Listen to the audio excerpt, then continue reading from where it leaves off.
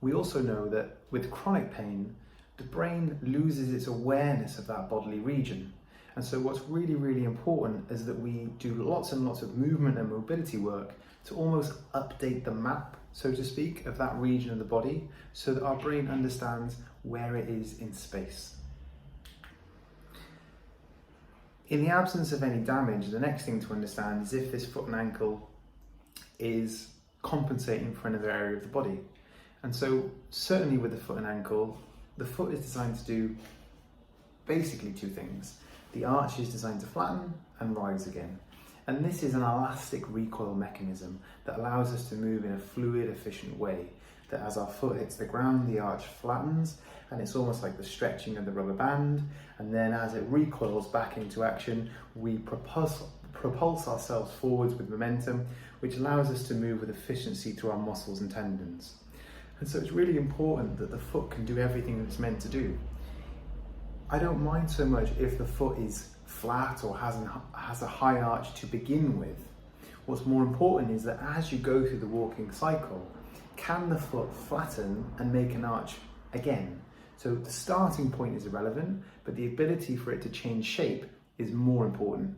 So an inflexible, immobile ankle which can't flatten is going to cause you some problems. So this is really, really important to look at.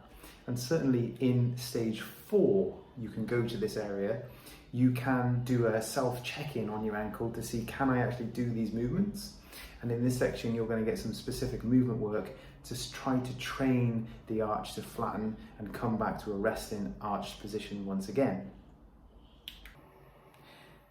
So practically, once we've got the foot able to move in a correct way where it can flatten, re-arch, the mobility of the foot and ankle is being looked at.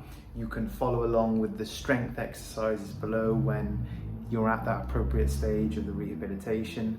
Potentially we may have to look at rebuilding the strength of the tendons, and as we've mentioned, depending on your diagnosis, you may go to the diagnosis section of the website.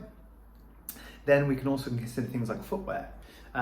We don't necessarily recommend any types of insole when there's a chronic issue, because we want the foot to move in a natural way. And very often these insoles will block the natural pronation of the foot and stop you from accessing a movement that frankly you're required to have in the walking cycle.